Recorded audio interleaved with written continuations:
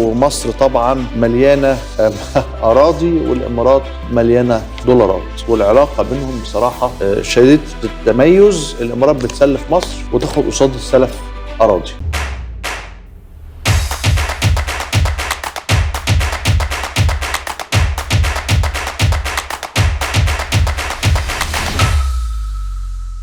دي لو في اي بلد في العالم كان يبقى مبني ايه هناك؟ بيراميدز فيو يبقى مبني ايه هناك؟ اكيد مش اسطبلات خيل. في مشكلة حقيقية في منطقة الأهرامات، وإن المشكلة دي سببها الرئيسي هي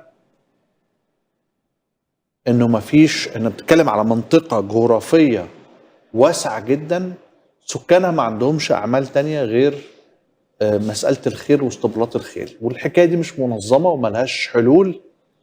والدولة حاولت بقدر ما تستطيع، مرة بالضرب، مرة بالخناقات، مرة بالمشاكل، والناس دي كل رزقها جاي من هذا الإطار.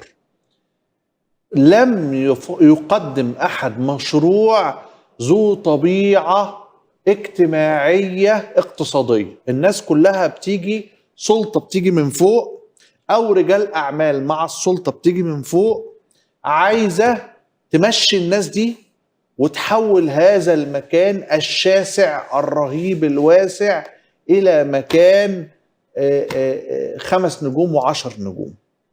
طول ما انت ما حلتش المشكلة الاقتصادية الاجتماعية للسكان المحيطين، كل واحد فيهم هيفكر في انه لو ما عندوش خيل او ما عندوش جمل هيروح يأجر خيل وجمل ويحاول يركب السياح.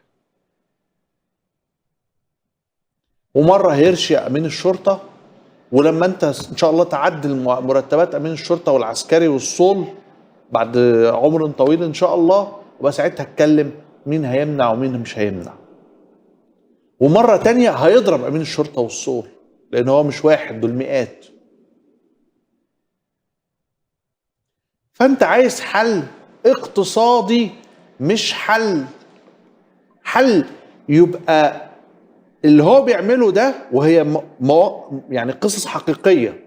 يعني نجيب ساويرس وعمرو أديب ما بيجيبوش قصص من خيالهم، أنا أؤيدهم إنه دي قصص حقيقية، وإن دي مشاكل كبيرة موجودة في هذا الموضوع وفي هذا القطاع وفي هذه المنطقة بالذات. ثم انت عايز قدرات أمنية عافية قادرة على إدارة المكان ده من العالم. يظل السؤال بقى المهم جدا جدا جدا، الناس دي أول ما هتحس إن أفعالها تسبب ضرر مباشر لأكل عيشها، استراتيجيتها في العمل هتتغير وأخلاقياتها هتتغير.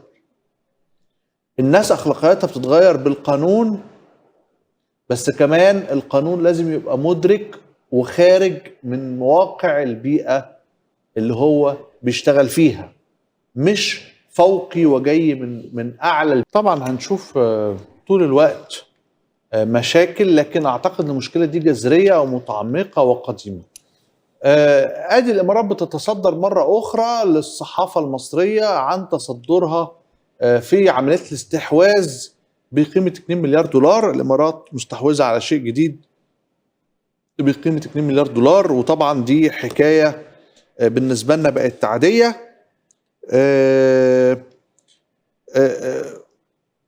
مشروع من المشروعات التجاريه، ومصر طبعا مليانه أراضي والإمارات مليانة دولارات، والعلاقة بينهم بصراحة شديدة التميز. الإمارات بتسلف مصر وتاخد قصاد السلف أراضي.